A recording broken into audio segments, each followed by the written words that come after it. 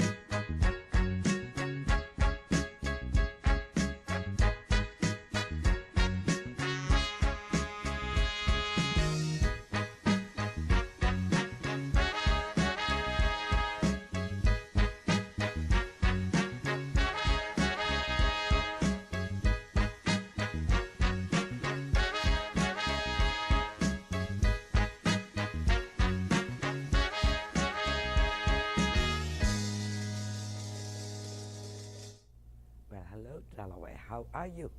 I'm Rashmi Rangan, and I'll spend the hour talking to you about money. It's money that truly makes the world go round. You know that. I know that. And that's what I've been talking about since 1995, actually even earlier than that, because let me share with you again my story.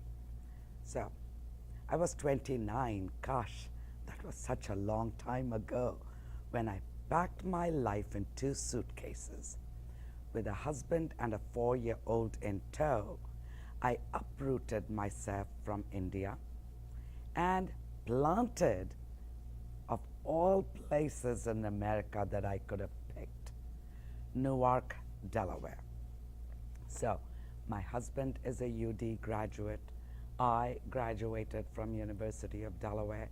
My daughter now works at the University of Delaware, a graduate of UD, as is my son-in-law. So we are the Blue Hens. So, almost 30 years ago, I came to the United States. Everything was new. Everything. Language, culture, politics, lingo, money, very new. Not only that, I didn't know how to cook. I didn't know how to drive. I didn't know how to clean. I had to learn everything. And I always share with you my favorite reading is Living Poor and Loving It. Really, I think the greatest blessing in my life was the 2 years of abject poverty.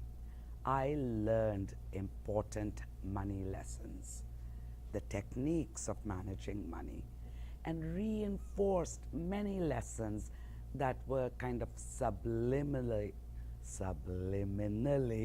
taught to me. Some I blatantly asked, like my mother's way of managing money. So when my dad was working and I was growing up a little girl, my dad would come on the first of every month with his pay cash. So it wasn't paycheck, it used to be a wad of cash. And my mom would skim from the top. Then she would pay all the bills, and whatever was left, she would divide it in 5 piles. So curiosity got the better of me, and I started asking her, why does she do what she does with the money? So why does she skim from the top? And her answer was, look, your dad doesn't have a government job. He works in this quasi-governmental sector where he will not have pension when he retires. So I need to plan for those retirement years, okay? Plus, I got 3 girls and a boy. I got to educate you and marry you off. All that costs money. So I have to save.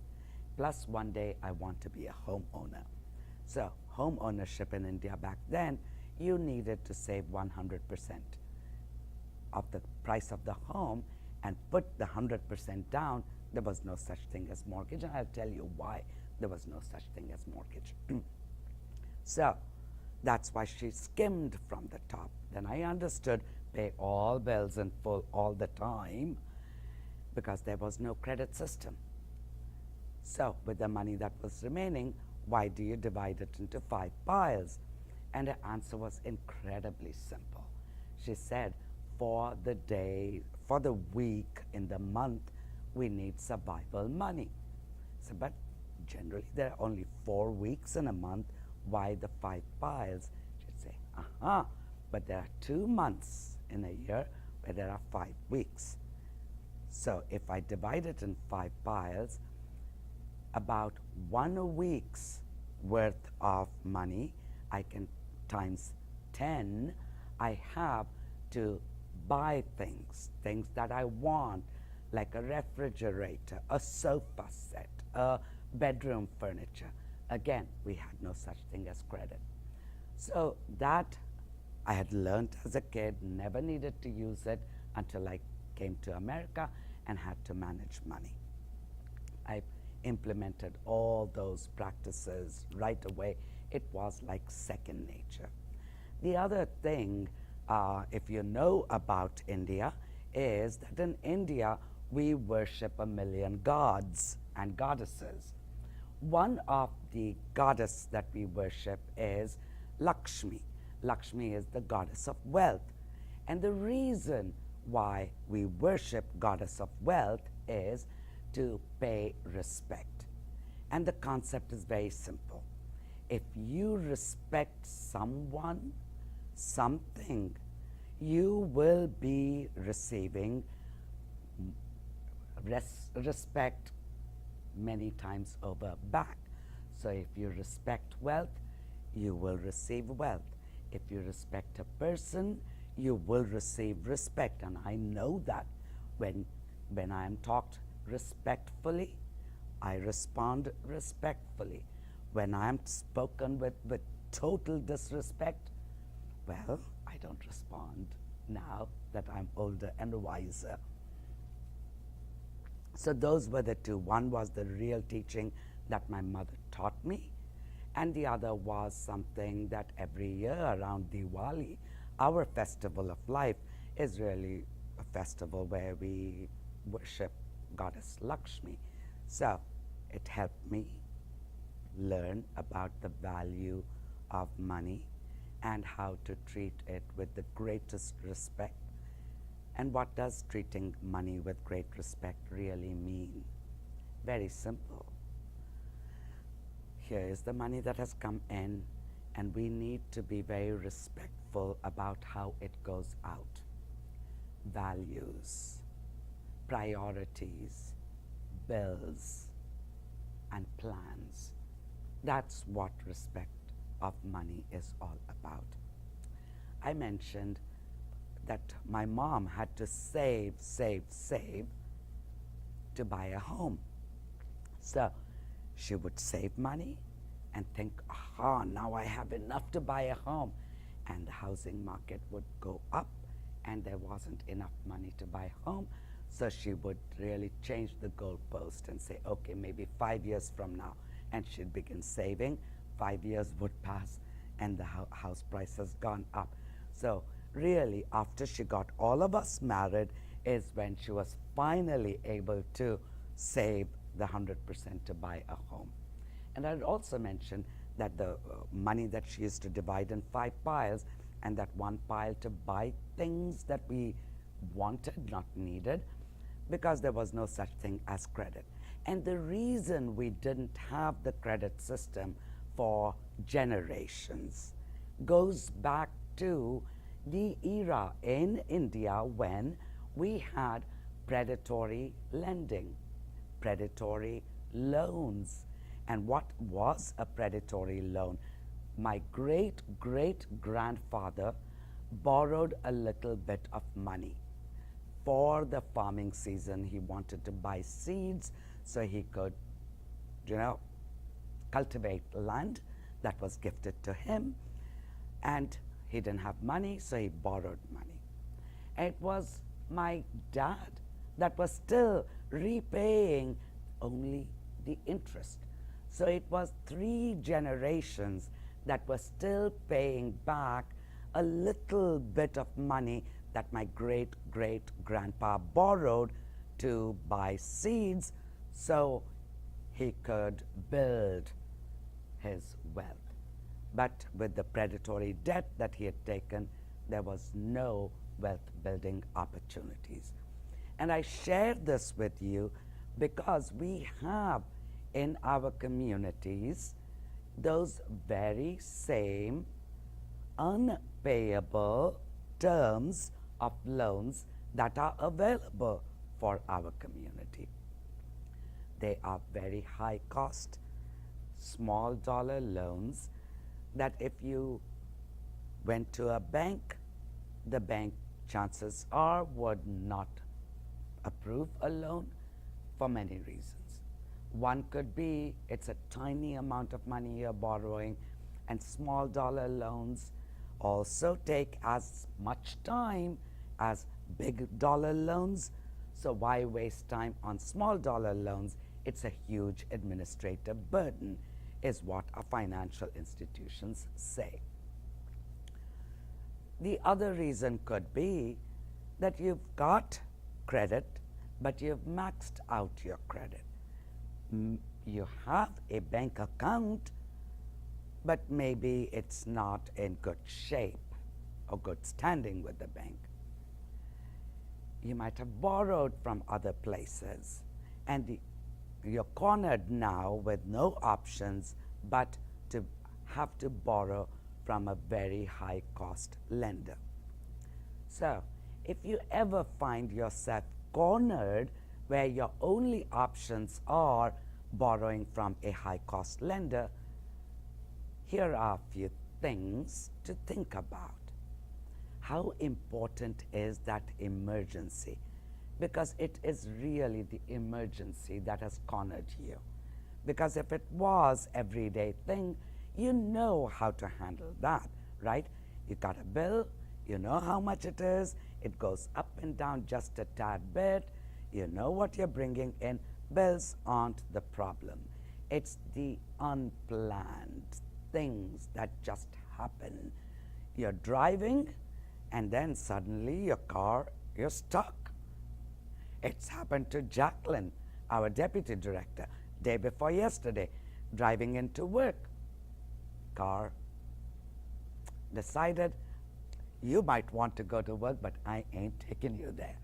So now she's got to figure out how to replace the car that doesn't want to work with her. These kind of things aren't always planned, they happen. So when that happens is when I always say have an emergency budget, right?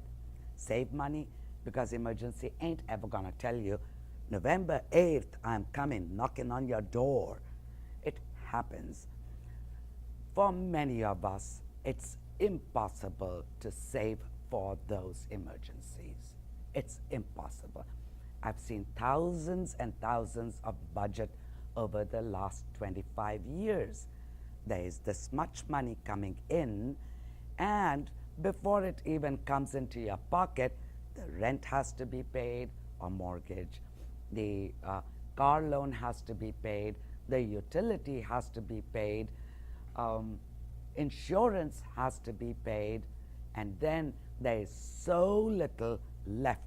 How do you make that stretch for 30, 31 days?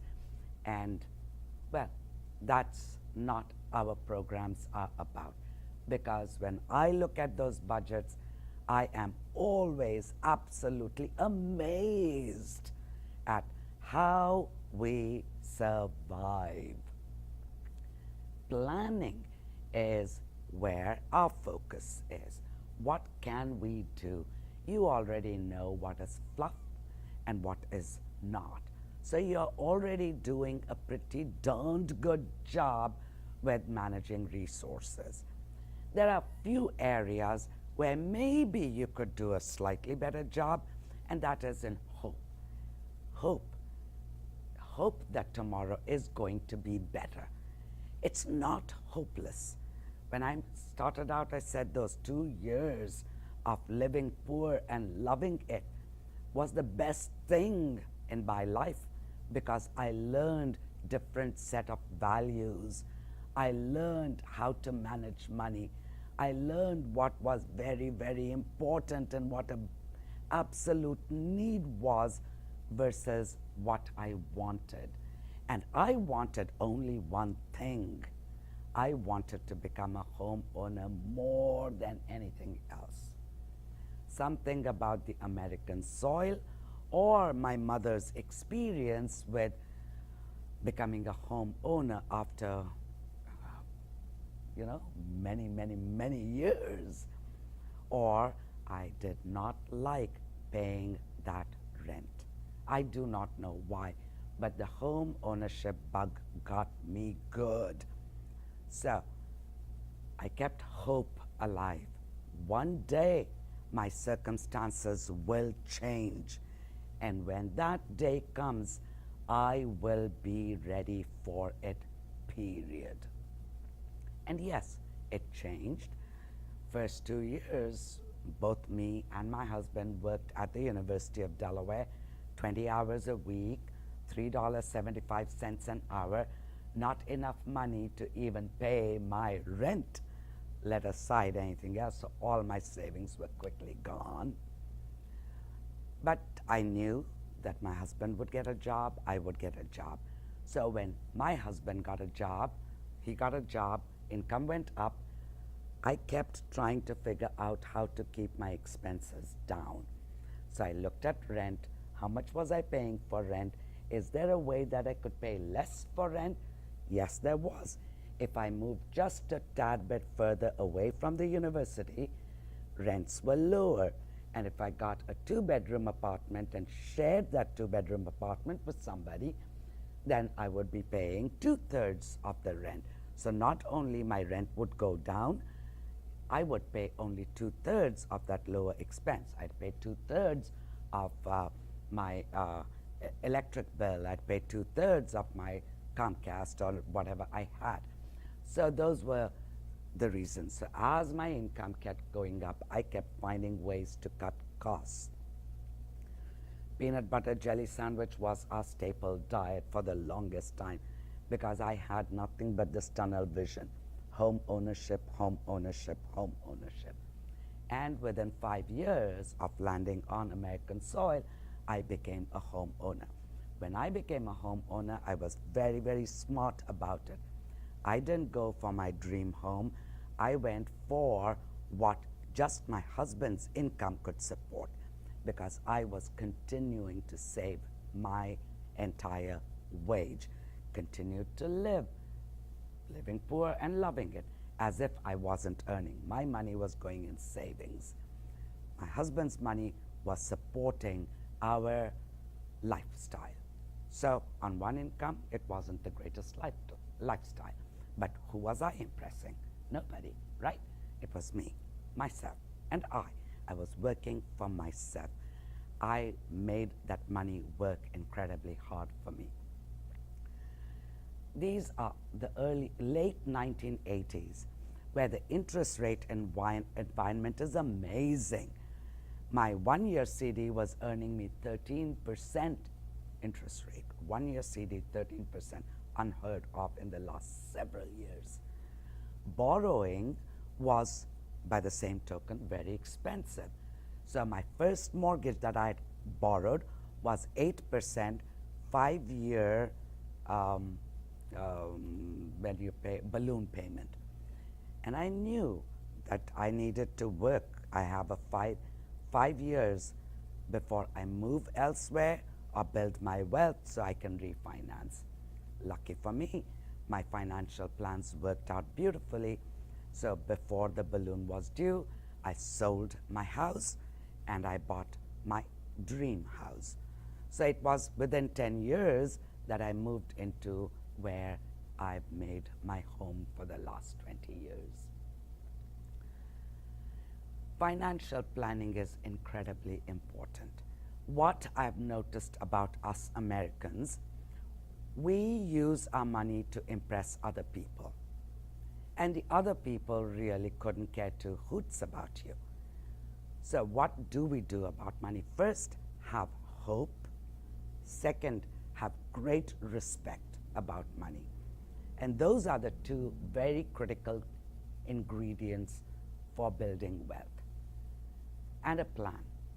So, recent report, and I keep highlighting it, today the home ownership gap between blacks and whites is wider than it was during the Jim Crow era. We have to do something to change that.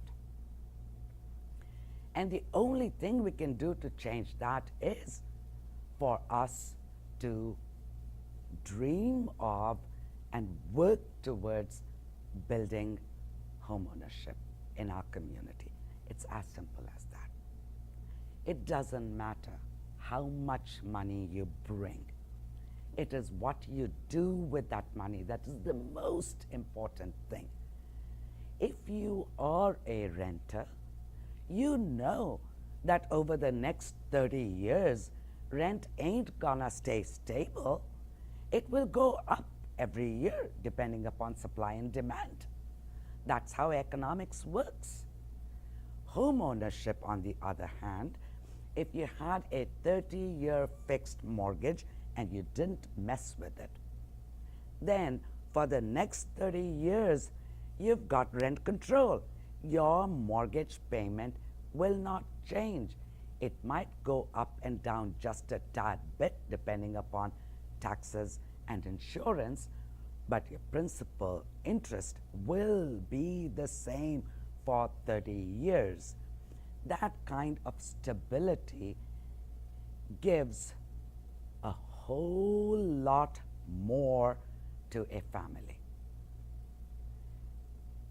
Knowing you have ownership, you have greater stake in the community that you live in.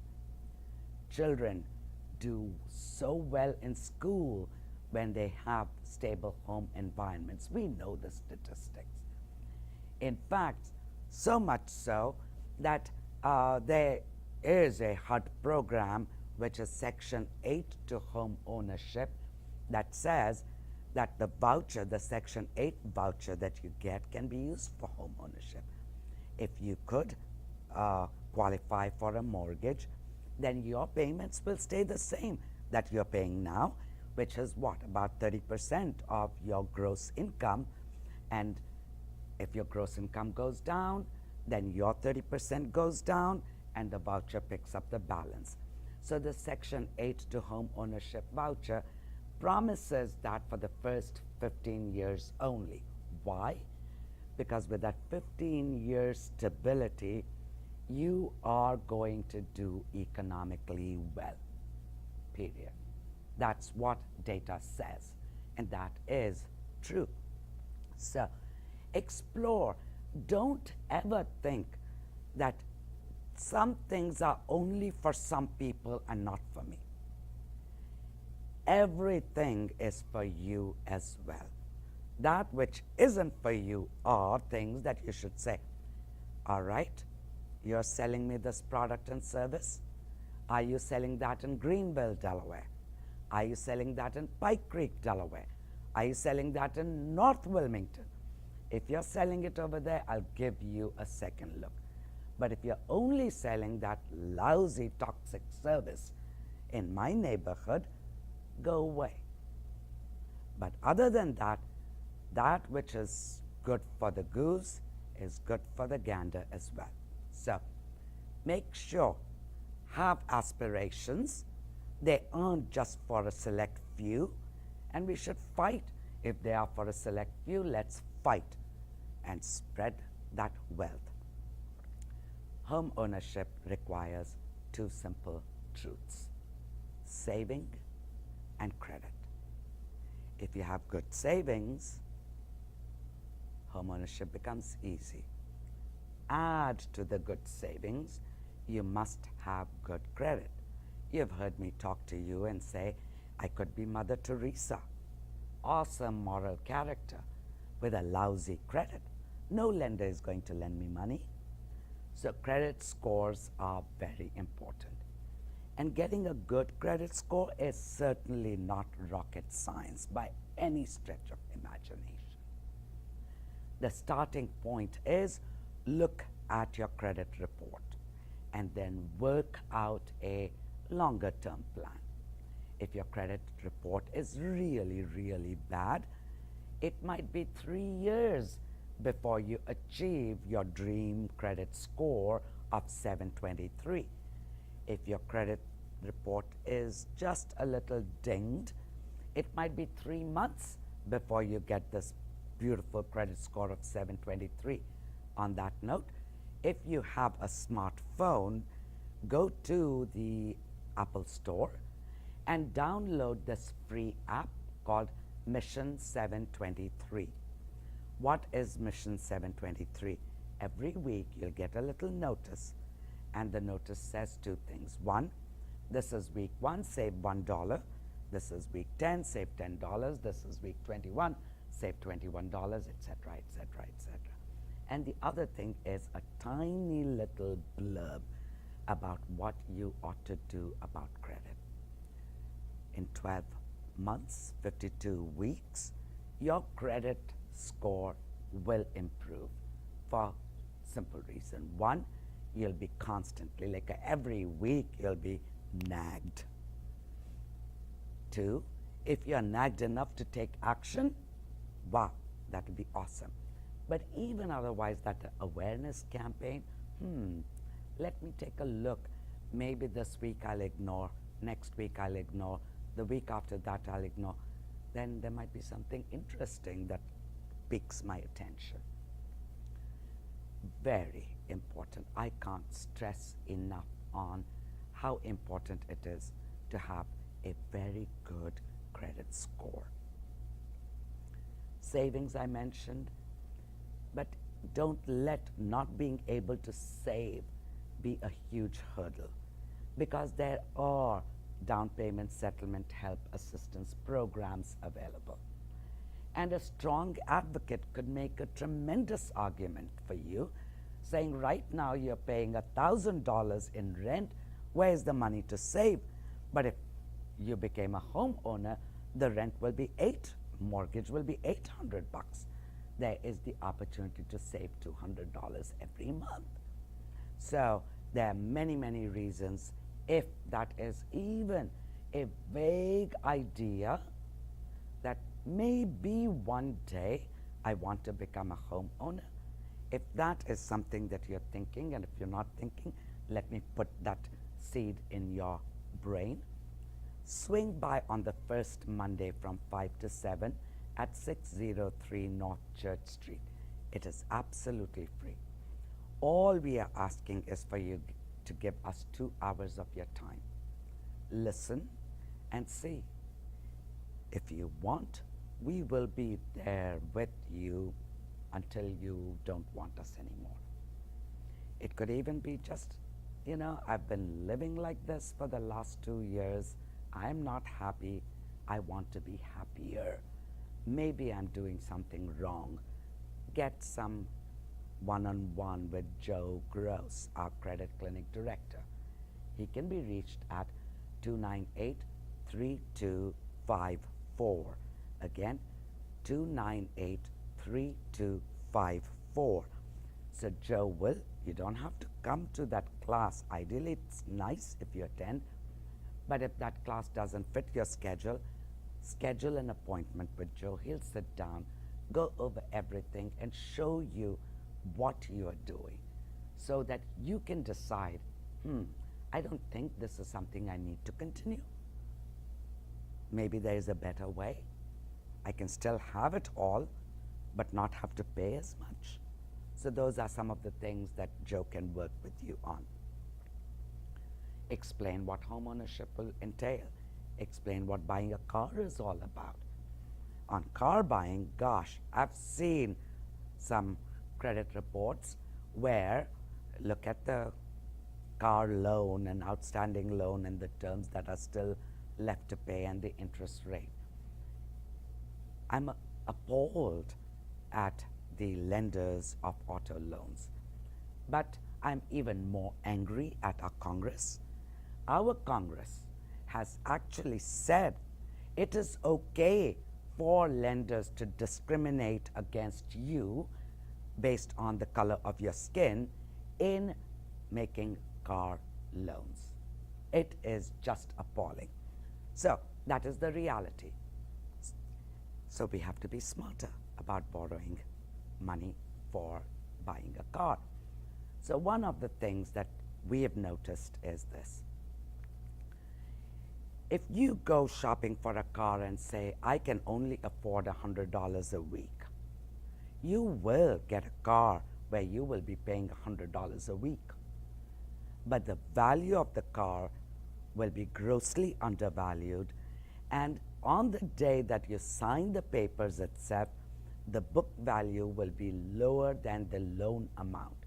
So you're borrowing yay to buy yay, which just doesn't make sense. If this is the price of the car and this is the car value, you shouldn't have to borrow this much to make a lender rich. Be smart about borrowing. So our Monday evening class, the first Monday of every month, is called Borrow Smart.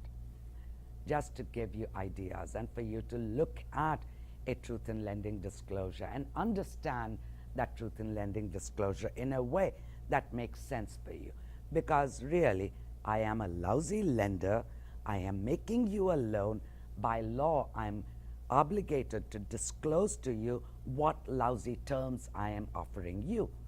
So if I tell you in words, you can borrow $200 from me, within 30 days come back with $800, and if you don't, I will take your car. You are never, ever gonna borrow from me, I hope. That's what is disclosed very clearly in Truth in Lending Disclosure. So we want to make sure that you know how to make sense of that legalese into simple terms that allow you to make that decision. All right, now this is highway robbery. I ain't gonna go anywhere near it. So all this time I've really been talking to you about our credit clinic run by Joe Gross, 298-3254 or JGROSS at dcrac.org. Money makes the world go round. It is indeed true. You know it. Let's be smart. Let it help our world first, then the world of the community that we live in second, and then everybody else. Be a little self-centered, selfish, tunnel-visioned about money. Have dreams, aspirations, goals, plans, and we are there to walk with you for as long as you need us, should you need us. For those of you who are homeowners but are facing a crisis, or particularly in the city of Wilmington, you are a homeowner. You've been a homeowner for so long that you used to pay your mortgage, actually not just for the city, anyone watching. You used to pay your mortgage, and in your mortgage payment you paid principal, you paid interest, you paid 1/12 of your homeowner's insurance, and you paid 1/12 of the property taxes. Now your mortgage is all paid. Guess what's happening? Some of you have forgotten that you still need to pay homeowners insurance and property taxes. So let me talk about property taxes first. If you are 62 and older, in the city of Wilmington, in the Newcastle County, in the state of Delaware, various jurisdictions have what they call the senior tax abatement. It's just a form that needs to be filled out and sent with a small, I think, $25 application fee. And if approved, then your taxes are either eliminated or reduced. So if you're approaching the age of 62, get that plan in place. If you have someone, if the home is primary home for someone who is disabled, permanently disabled, then there are tax abatement there as well. So explore property tax abatement. Do not let your home go into a sheriff's sale because you owe $4,000 in taxes, or $6,000 in some water sewer bills. Shouldn't be the reason that you lose your home. So if you have those problems, please call us. You can call our office. You can call Jacqueline, 298-3251, or you can call Lillian, 298-3289, I think. But call us. Money-related issues, even if you just want guidance, just pick up the phone, call. We may not know the answer when you make the call, but we will research it and call you back. I'll tell you a story. Just recently, maybe about 2 months ago, somebody was going to closing, and they called desperately. They were on their way to go to closing to sign papers, and they're calling saying they are now concerned. I don't know, they said this, now they're changing the story. They said that, now they're changing the story. Should we go to closing? Should we not go to closing? And really, I didn't know anything about what was going on with the caller, but I asked the caller the right questions. The caller went to closing because even though there were things that raised her antenna a bit, but the core was, how much did you borrow? What was the interest rate? Was it a 30-year fixed? As long as those haven't changed, you are good to go. So that was a call. Peace of mind. All right, I've walked it through. All my questions are answered. So if you just have a question, give us a call. We'll never not answer your call. You know that.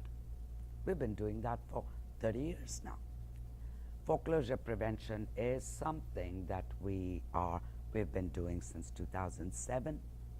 We knew the crisis would hit our way, we prepared ourselves for that. To this day, there are programs out there that can assist you with foreclosure prevention. So, if you are experiencing some financial uncertainty at the moment, but as soon as things get certain, you will be able to do something about your mortgage, we will be there to work with you. There are only two choices, right? Yes, you can keep your home because there will be a steady income coming in to make that happen. Or no, you can't keep your home. There are smart ways of walking away. What I see when I look at the sheriff's sales, Jacqueline and I drive around to see those homes, and I find most of them are already boarded up or vacated. From the day you are unable to make your payment is not when you should just pack and leave. Put up a good fight. Pick up the phone and call for help.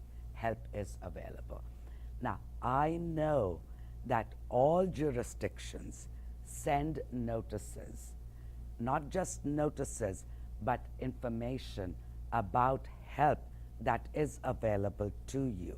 So, for example, if you didn't pay a water bill to the city is going to send you a reminder, but in addition to that reminder, they may send you resources that could conceivably assist you with your water bill. You won't know that unless you open the envelope. A very important piece of advice is open every single envelope. If it is junk mail, shred it before disposing of it. Why? Because you don't want your identity stolen. If it is important mail, look at it. Ignoring it ain't gonna make the storm go away, will it? Don't ignore a problem.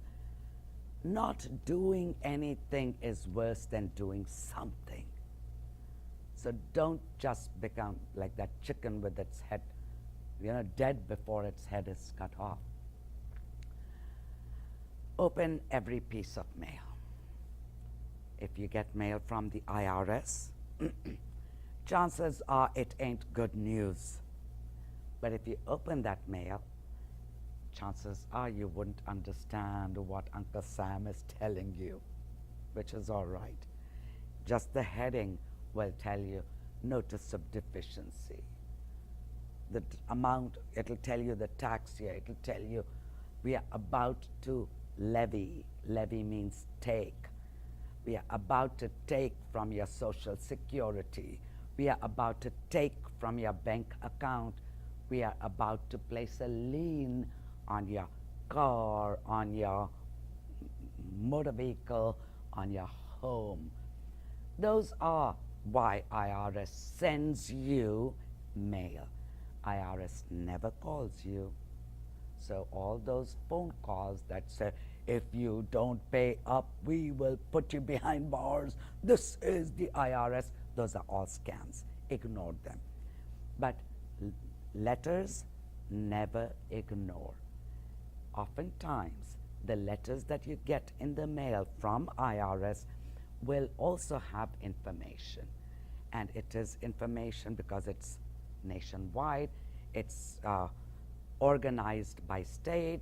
So you go down, come to the state of Delaware, and you will find your free tax attorney, Anthony Doring, 298-325 something. But his name, his phone number, his cell phone number, his address, everything is given there. His email address so that you can contact him.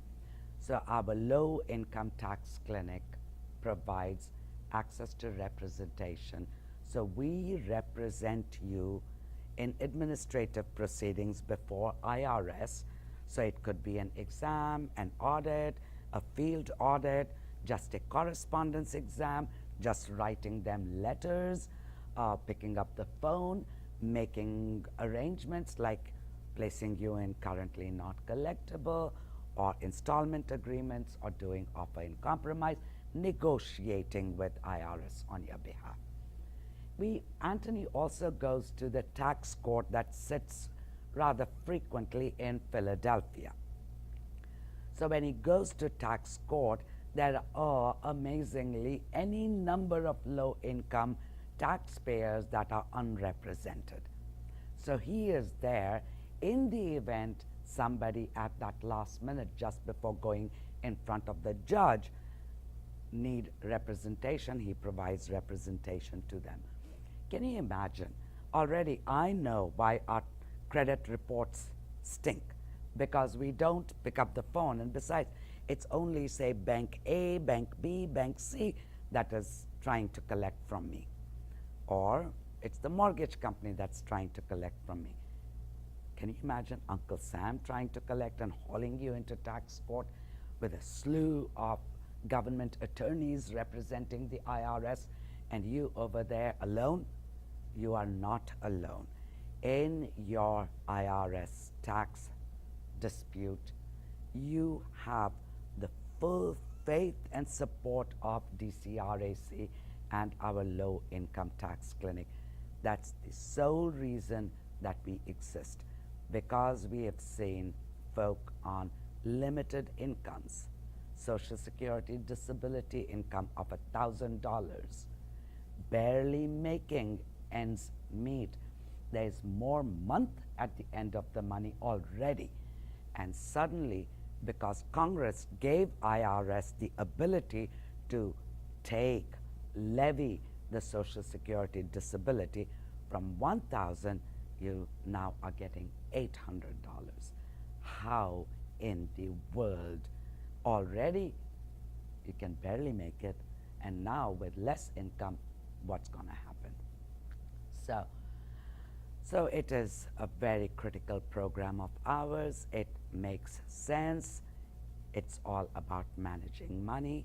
It's negotiating, and in the whole process you also learn, hey, if I can take on Uncle Sam, gosh, I can take on anybody.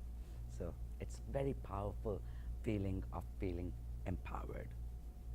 So I talked about our programs, talked about the credit clinic run by Joe Gross, talked about foreclosure prevention run by Lillian Harrison, talked about our tax clinic run by Anthony Doring, and there is one more program that we offer. If you are a homeowner, property owner, or a mobile home owner, there are some reasons the home is not titled in your name. If that happens, the home is not titled in your name, and you have a need for, say, emergency grant because the roof is caving in, or loan modification. Your grandma is gone, you've been making mortgage payments, but now suddenly you were laid off, you can't make mortgage payments, you need to modify that mortgage. What is the lender going to ask? Who owns the home?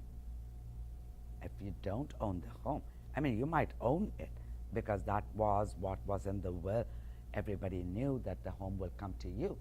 But grandma is dead, the home is not in your name. So Jacqueline Quinn opens up the probate process and transfers title into your name. Once you have ownership of property, you can do anything. You can write it in your will for who it should go to. You can sell it. You can do everything because you are owner. You always were, you didn't have evidence of ownership. So these are some of the programs that dcrac offers. In all these programs, one theme is borrowing, borrowing, borrowing. So about, 15, 16 years ago, we started with help from Spear Trust Commission and Catholic Campaign for Human Development with their financial support and technical support. We went around in communities statewide, basically finding out, is this problem truly real? Which we knew. that there are dual systems, one for the rich, one for the poor. And I already knew that because my office is on Church Street, my home is in Pike Creek.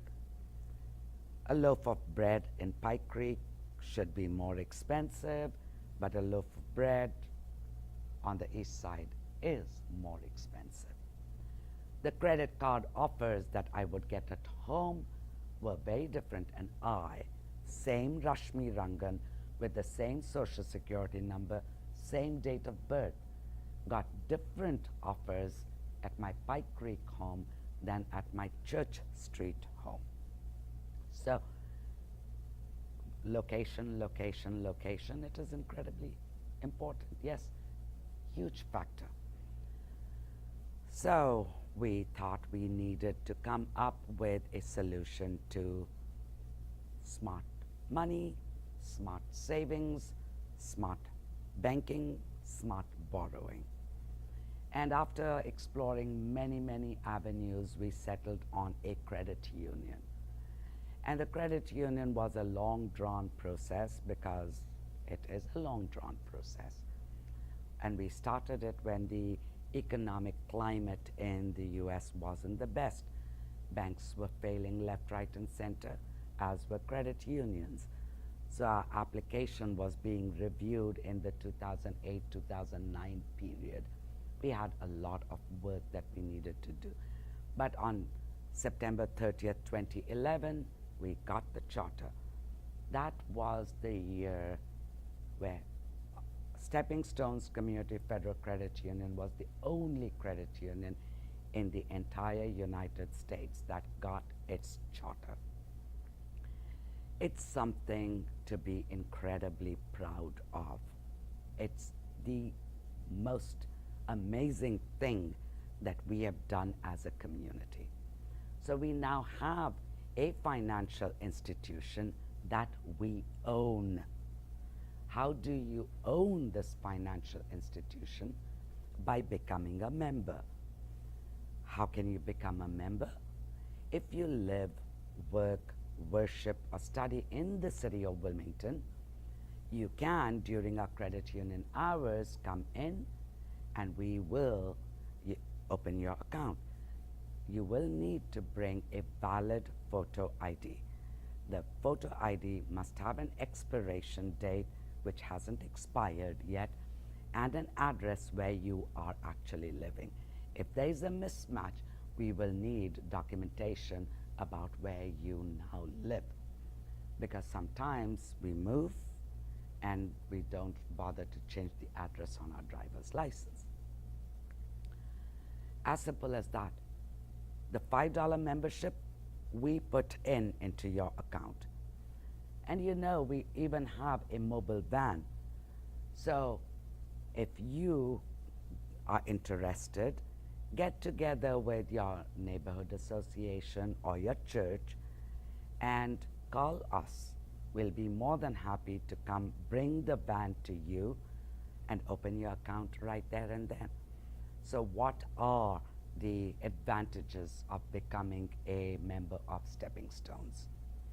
One, basically, in order to become a member, you need just one piece of valid paper, which is your photo ID unexpired with the right address. That's all you need to become a member. When you're a member, you own one share in this credit union. What does that share mean?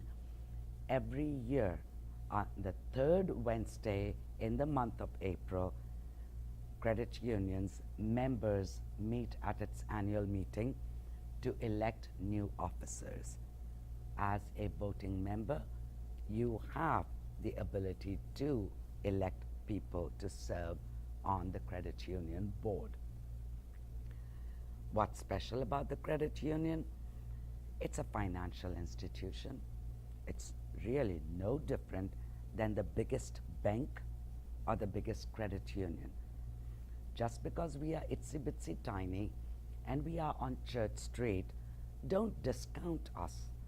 Remember, we are itsy bitsy, tiny, live in neighborhoods. We don't want to be discounted, do we? So why would you discount Stepping Stones Community Federal Credit Union because its office is 603 North Church Street? Don't discount us. We have amazing things ahead. We are a federally insured financial institution.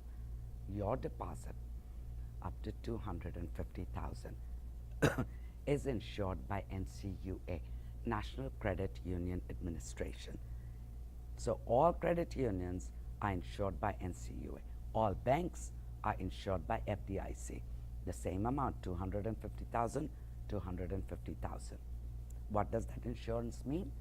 If the bank fails, FDIC will make its customers whole. If a credit union fails, NCUA will make its customers whole. So that is the NCUA/FDIC insurance all about. And it was put in place after the Great Recession of the 1930s because we had lost faith in our banking system. That insurance still exists. So you have a federally insured financial institution. Becoming a member is easy. Yes, our hours are not the most convenient. But like I said, if you got a group together and invited, say through your church or your community center or your civic association, got together, gave us a call, we'll be happy to bring the financial institution to you, and you'll be able to open your account. You will also get instant ATM card. ATM card is just for cash withdrawal. Because our hours aren't convenient, we can open an account very quickly. You can do direct deposit of your payroll or benefit check and an ATM card. Our campaign this year is don't pay to get paid, because one of the truths is, for those of us that still receive paychecks, we receive paychecks because we don't have a bank account to put them in. If we receive paychecks, turning that check into cash can be super expensive. So our campaign, it's a short campaign, don't pay to get paid. If we can convert you who receives a paper check or a payroll card into our members, and you can save money, we would have done something good. So please become a member. I look forward to seeing you. See you next month.